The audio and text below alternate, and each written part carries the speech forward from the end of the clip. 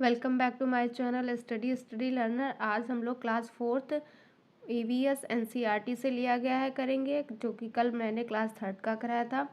पहला पॉइंट है वल्लम एक लकड़ी से बनी छोटी नाव को कहते हैं या केरल में चलती है। तो वल्लम एक प्रकार की नाव है, वो भी छोटी नाव है और ये कहाँ चलती है? केरल में। किससे बनी होती है? लकड़ी से बनी होती है। नेक्स्ट पॉइंट है राजस्थान में स्थित रेगिस्तान में बच्चे ऊंट गाड़ी में बैठकर स्कूल जाते हैं। तो राजस्थान में रेगिस्तान है, वहाँ पे बच्चे किस में बैठकर स्कूल जाते हैं? तो ऊंट गाड़ी में जाते हैं। नेक्स्ट पॉइंट है जो हाथी से रिलेटेड है। तो एक बड़ा हाथी दिन में 100 किलोग्राम या 1 कुंटल भी अगर लिख के आता है कहीं पे 100 किलोग्राम लिख के आता है। तो एक बड़ा हाथी दिन में 100 किलोग्राम से ज़्यादा पत्ते और झाड़ियाँ खा जाता है। नेक्स्ट पॉइंट है हाथी बहुत कम आराम करता है या दिन में 2 से 4 घंटे ही सोता है। हाथी को पानी और कीचड़ से खेलना बहुत भाता है, इससे उसके शरीर को ठंडक मिलती है। हाथी के कान पंखे की तरह होते हैं, गर्मी लगने पर हाथी अपने कान हिलाकर हवा करता है।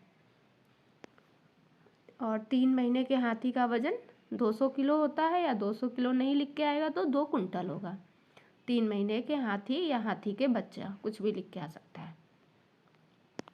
नेक्स्ट पॉइंट है हाथियों के झुंड में केवल हथनियाँ और बच्चे रहते हैं। तो हाथियों का जो झुंड होता है केवल उसमें हथनियाँ होती हैं और बच्चे होते हैं। एक झुंड में हथनियाँ और बच्चे होते हैं। झुंड में 10 से 12 बच्चे और हथनियाँ होते हैं। तो एक झुंड में कितने बच्चे और हथनियाँ होती हैं? तो 10 से 12 होते हैं, याद रखिएगा।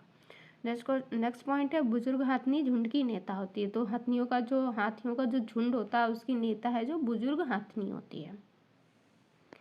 नेक्स्ट पॉइंट है हाथी 14 से 15 साल तक ही इस झुंड में रहते हैं, फिर वे झुंड को छोड़ देते हैं और अकेले रहते हैं।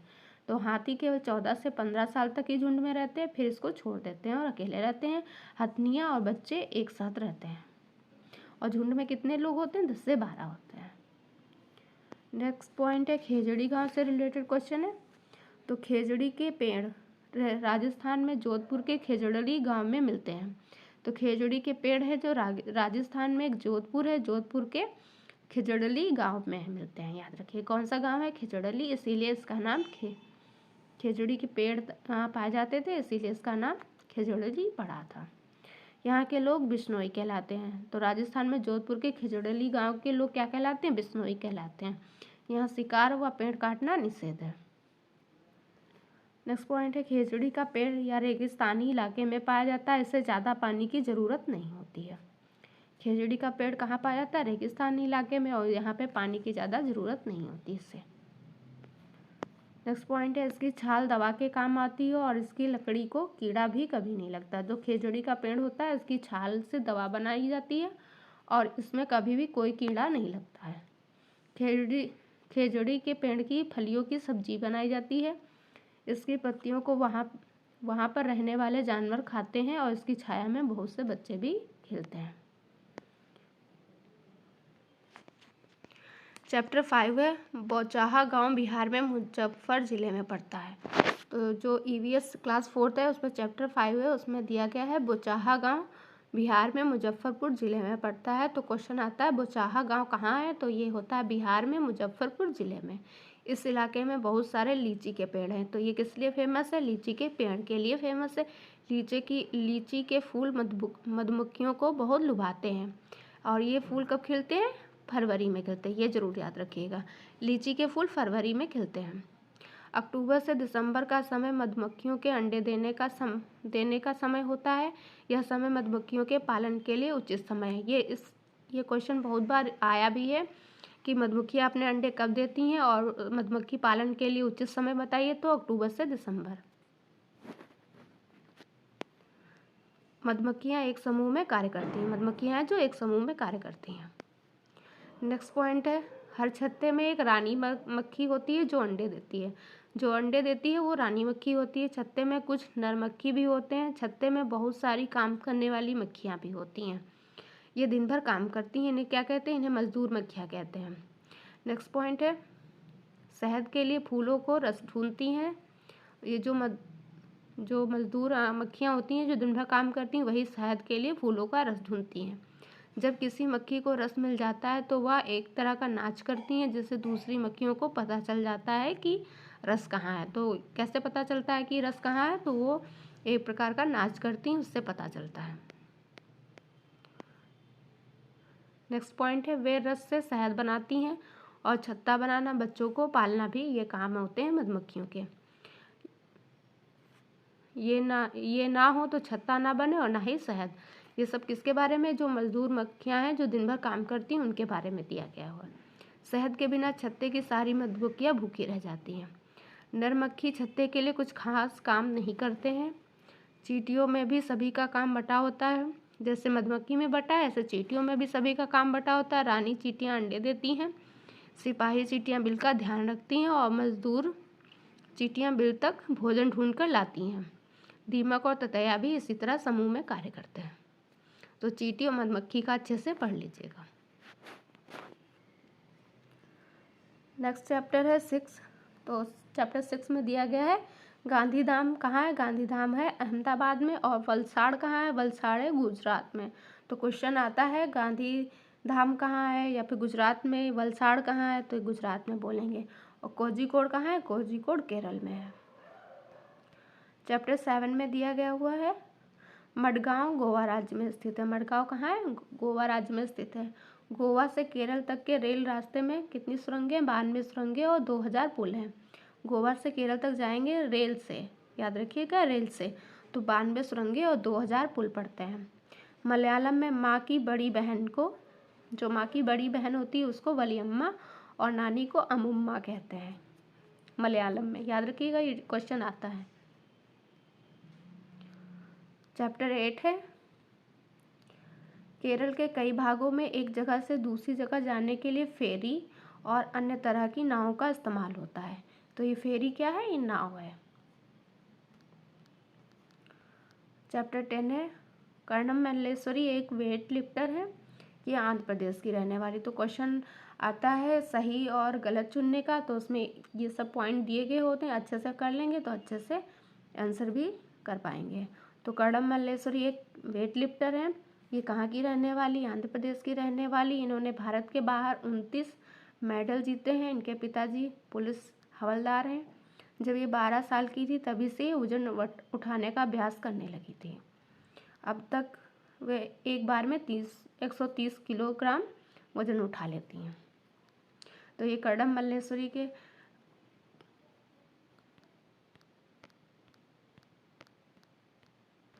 तो ये सब कर्णम मल्लेश्वरी के बारे में दिया है, अच्छे से ये पॉइंट सभी पढ़ लीजिएगा। नेक्स्ट चैप्टर है 11। तो पॉइंट है उत्तरांचल के पहाड़ों के बीच में एक ऐसी जगह है जहाँ फूल ही फूल होते हैं, यहाँ फूलों की घाटी कहलाती है। तो क्वेश्चन आता है फूलों की घाटी कहाँ है? तो उत्तरांचल। अब उत्तरांचल को क्या कहते हैं? उत्तराखंड। तो यहाँ पे उत्तराखंड कर लीजिएगा। तो फूलों की घाटी कहाँ है? उत्तराखंड में है। बिहार में मधुबनी नामक एक ज़िला है। तो मधुबनी नामक ज़िला कहाँ है? बिहार में है। त्योहारों और खुशियों के मौके पर वहाँ की दीवारों पर आंगन में इसके चित्र बनाए जाते हैं। इस तरह के चित्रों में इंसान, जानवर, पेड़, फूल, पक्षी, मछलियाँ, अन्य जीव जंतु साथ बनाए जाते हैं। यह चित्र पिसे हुए चावल के घोल में रंग मिलाकर बनाए जाते हैं। यह रंग भी खास तरह के होते हैं। इन्हें बनाने के लिए नील, हल्दी, फूल, पेड़ों के रंग आदि का इस्तेमाल किया जाता है। तो मधुबनी चित्र बनाने के लिए किस प्रकार के रंगों का इस्तेमाल किया जाता है? तो यहाँ पे बताएंगे नील, हल्दी, फूल, पेड़ों के रंगों का इस्तेमाल किया जाता है। और किसका चित्र बनाते हैं? तो इंसान है, जानवर, पेड़, फूल, पक्षी, मछलियाँ, इनका चित्र बनाते हैं। और ये कब होता है, कहाँ है मधुबनी? तो बिहार में है। ये सब याद रखिएगा। नेक्स्ट पॉइंट है उत्तर प्रदेश में कचनार के फूल होते हैं। उत्तर प्रदेश में कचनार के फूल, केरल में केले के फूलों से और महाराष्ट्र में सहजन के फूलों से सब्जी बनाई जाती है। तो फूल हैं उनकी सब्जी बनाई जाती है, सभी के नाम दिए हैं। उत्तर प्रदेश में कचनार के फूलों से सब्जी बनाई जाती है, केरल में केले के फूलों से सब्जी बनाई जाती है और महाराष्ट्र में सहजन के फूलों से सब्जी बनाई जाती है। नेक्स्ट पॉइंट है गुलदावरी और जीनिया के फूलों से कपड़े रंगे जाते हैं, यानी कि इनसे रंग बनते हैं। रंग किनसे बनते हैं? गुलदावरी और जीनिया के फूलों से। नेक्स्ट पॉइंट है उत्तर प्रदेश का कन्नौज जिला इत्र के लिए मशहूर है। यहाँ पर पास के इलाकों से ट्रकों में भरकर फूल लाए जाते हैं, फिर उनसे इत्र, गुलाब जल और केवड़ा तैयार किया जाता है। चैप्टर 12 है। तो यहाँ पे दिया गया है गाजी खान स्थान पाकिस्तान में। तो गाजी खान एक गांव है, ये कहाँ है? ये पाकिस्तान में है। सोहना गांव हरियाणा में है। तो ये चैप्टर 12 में ये सब आए हुए हैं। तो गाजी खान पाकिस्तान में, सोहना गांव है हरियाणा में है, वेलवनिका गांव कर्नाटक में है। तो ये गांव है, इनके नाम याद रखिएगा और कहाँ पाए जाते हैं ये भी याद रखिएगा। नेक्स्ट चैप्टर है 16 जो कि पक्षी से रिलेटेड है। और पहले ये वाला पॉइंट देख लेंगे। गीजूभाई बदेखा गुजरात में रहते थे। तो गीजूभाई बदेखा कहाँ के निवासी थे? ये गुजरात के रहने वाले थे। ये बच्चों के लिए मज़ेदार किस्से और कहानियाँ और पत्र लिखते थे। इनके बारे में इतना ही याद रखिएगा गीजूभाई बदेखा के बारे में। नेक्स्ट पॉइंट है कलचिड़ी। इसको इंग्लिश में कहते हैं इंडियन रॉबिन। कलचिड़ी को इंडियन रॉबिन कहते हैं। पत्थरों के बीच घोंसला बनाती है ये। घोंसला घास से बना होता है। उसके ऊपर पौधों की नाजुक टहनी, जड़ें, ऊन, बाल, रुई सब बिछा होता है। तो कलचिड़ी होती है वो कहाँ घोंसला बनाती है? पत्थर के बीच में बनाती है, याद रखिएगा। और यहाँ पे टहनी, जड़ें, ऊन, बाल, रुई सब इसके ऊपर बिछा होता है। नेक्स्ट पॉइंट है कौवे घोंसलों में तो लोहे के तार और लकड़ी की शाखाएं जैसी चीज़ें भी होती हैं। कौवा पेड़ की ऊंची डाल पर घोंसला बनाते हैं। तो सबसे ऊंची डाल पे घोंसला कौन बनाता है? तो हो जाएगा कौवा हो जाएगा। कोयल अपना घोंसला नहीं बनाती, वह कौवे के घोंसले में अंडे देती है। याद रखिएगा कोयल कभी अपना घोंसला नहीं बनाती और वो अंडे कहाँ देती है? कौवे के घोंसले में। नेक्स्ट पॉइंट है पाक्ता कैक्टस के कांटों के बीच में या मेहंदी की मेड़ में घोंसला बनाती है। तो पाक्ता पक्षी है, ये कैक्टस होता है जो कांटेदार वाला, उसके बीच में या मेहंदी की मेड़ में अपना घोंसला बनाती है। गौरैया है जो कहीं भी घोंसला बना लेती है, जैसे अलमारी के ऊपर, आईने के पीछे। कबूतर भी ऐसे ही अपना घोंसला बनाते हैं, पुराने मकान या खंडहरों में बना लेते हैं ये लोग। नेक्स्ट पॉइंट है बसंत गौरी जो कि गर्मियों में टुक टुक करते रहते हैं। ये क्या कैसी आवाज़ निकालते हैं? टुक टुक की। पेड़ के तने में गहरा छेद बनाकर उसमें अंडे रखते हैं। तो बसंत गौरी है जो पेड़ के तने में गहरा छेद बनाकर उसमें अंडे रखते हैं और ये टुक टुक की आवाज़ करते हैं। नेक्स्ट पॉइंट है दर्जन चिड़िया। दर्जन जिसको टेलर चिड़िया भी बोलते हैं, ये अपनी नुकीली चोंच से पत्तों को सी लेती है। सी मतलब सिल लेती है और इसके बीच की बनी थैली को अंडे देने के लिए तैयार करती है। नेक्स्ट पॉइंट है शक्करखोरा किसी छोटे पेड़ या झाड़ों की डाली पर अपना लटकता हुआ घोंसला बनाते हैं। तो शक्करखोरा होता है वो पेड़ या झाड़ों की डाली पर अपना लटकता घोंसला बनाते हैं। नेक्स्ट पॉइंट है घोंसला बाल, टहनियाँ, सूखे पत्ते, रुई, पेड़ की छाल, टुकड़े और कपड़ों के चीथड़े से ही बना होता है। यहाँ तक कि इसमें मकड़ी के जाले भी होते हैं। नेक्स्ट पॉइंट है बीवर। पक्षियों में भी नर बीवर अपने घोंसले बनाते हैं। मादा बीवर उन सभी घोंसलों को देखती है, उनमें से जो अच्छा लगता है उनमें ही अंडे देती है। नेक्स्ट पॉइंट है पक्षियों के कई दुश्मन हैं, जैसे मनुष्य, दूसरे जानवर भी। कौवे, गिलहरी, बिल्ली, चूहे मौका देखते ही अंडे चुरा लेते हैं। तो अंडे कौन चुरा लेते हैं? कौवा है, गिलहरी है, बिल्ली, चूहा।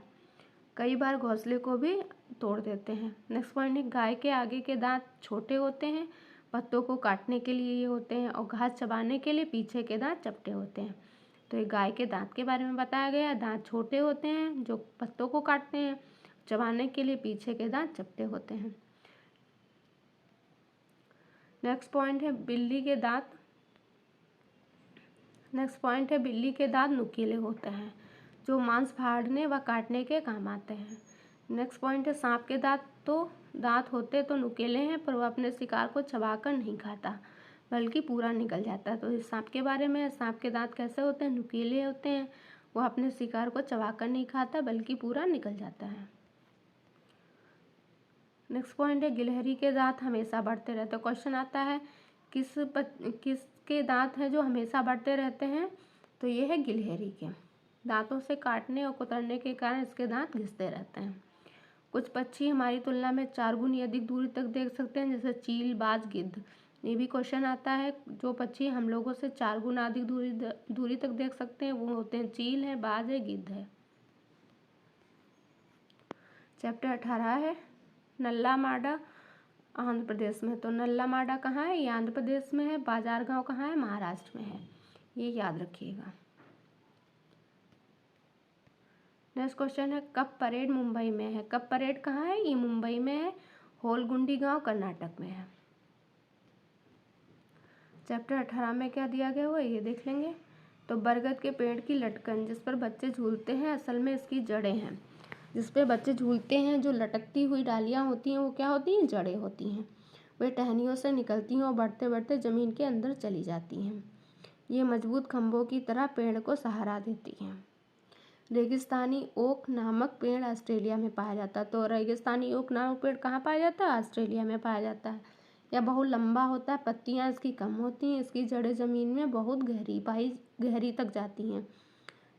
30 पेड़ ज़मीन में लिटा दिए जाए उतनी गहरी, जब तक पानी ना पहुँच जाए या पानी पेड़ के तने में जमा होता रहता है। जब कभी इस इलाके में पानी नहीं होता है तो इस तने के अंदर पतला पाइप डालकर पानी निकाल लेते हैं वहाँ के लोग। ये पॉइंट अच्छे से पढ़ लीजिएगा। नेक्स्ट चैप्टर है 20। तो 20 चैप्टर में दिया गया बिहू त्यौहार। तो बिहू त्यौहार कहाँ मनाया जाता है, असम में। और क्यों करा जाता है, चावल की फसल पकने पर मनाया जाता है। तो बिहू है जो असम में होता है चावल की फसल पकने पर। और इस त्यौहार पर बिहू नृत्य भी होता है। इस त्यौहार पर क्या होता है, बिहू नृत्य भी होता है।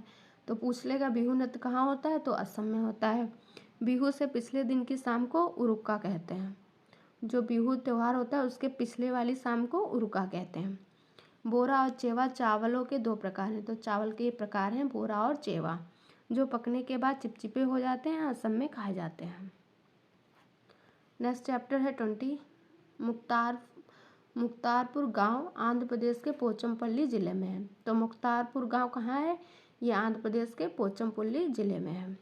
पोचमपल्ली ज़िले में ज़्यादातर परिवार बुनकर हैं। वहाँ कैसे लोग रहते हैं, बुनकर लोग रहते हैं। इस बुनाई को इसीलिए पोचमपल्ली के नाम से जाना जाता है। वहाँ की जो बुनाई होती है उसे पोचमपल्ली के नाम से जाना जाता है। चैप्टर 24 है चेन्नई से कोच्चि ट्रेन जाने पर 12 घंटे लगते हैं। तो चेन्नई से कोच्चि जाएंगे तो कितने समय लगेगा, 12 घंटे लगेगा ट्रेन से। नेक्स्ट पॉइंट है अबू धाबी देश रेगिस्तान इलाके में है। तो अबू धाबी रेगिस्तानी इलाके में, वैसे भी रेगिस्तान, यहाँ रेगिस्तान कर लीजिएगा। रेगिस्तान में बारिश यहाँ नहीं होती है, यहाँ पानी बहुत कीमती है। वहाँ ना बारिश है, ना नदियाँ हैं, ना झील है और ना ही तालाब है। और यहाँ ज़मीन के नीचे भी वहाँ पानी नहीं है। नेक्स्ट पॉइंट है यहाँ की स्थानीय भाषा अरबी है। तो अबू धाबी की स्थानीय भाषा क्या है, अरबी है। अबू धाबी में रुपये को दिरहम कहते हैं, ये याद रखिएगा।